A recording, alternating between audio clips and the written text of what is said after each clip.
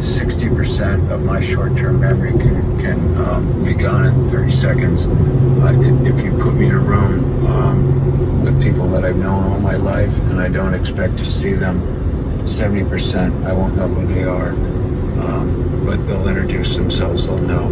I deal also with between macular degeneration, loss of self, and APLE for dementia, rage, and deep depression, which I wrote about there twice. I wasn't successful, but through the grace of God, but I tried to leave the planet. You know, that means suicide.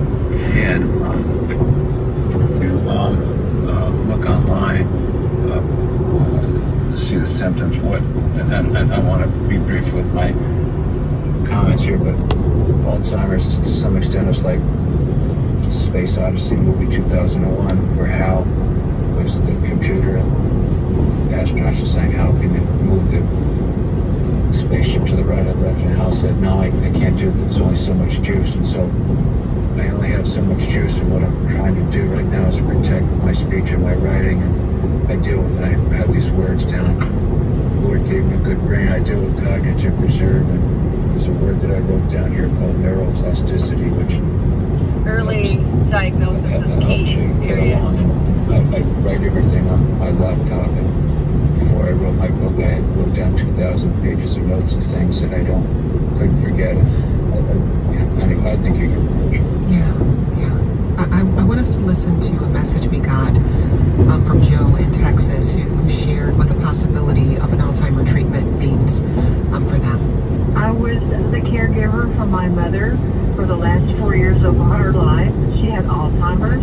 I'm very interested in this new drug that's been approved because I feel like I have the beginnings of Alzheimer's myself. And after what I've been through with my mom, I don't want to have to do that, nor do I want to put my family through that.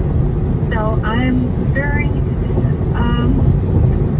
cautiously excited that there might be some help on the way.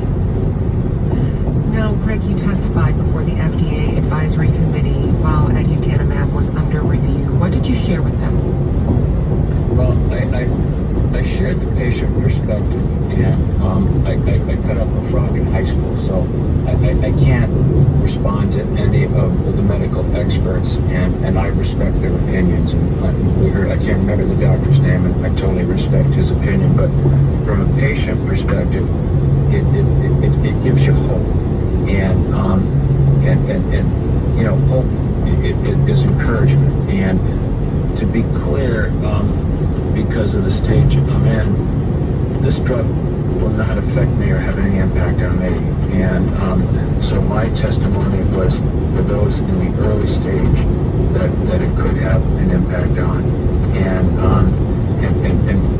you know, what it does is, first of all, it also, the decision here shows that the world is listening to the patient's voice, which I think is as important as the clinical voice.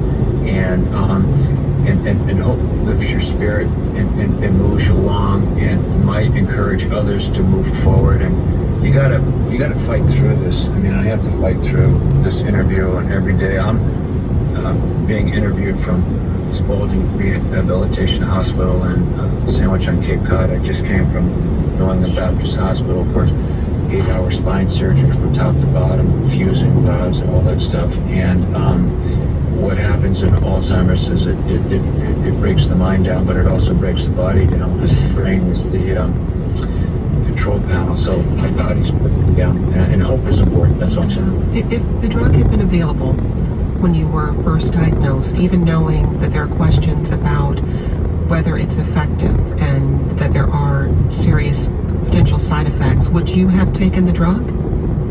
Yeah, I would have. I'm not a medical expert, but I would have taken the drug. Greg, thank you. I just want to make sure to acknowledge how much we appreciate you adding your voice to this conversation. I know that we're asking a lot of people. I appreciate it.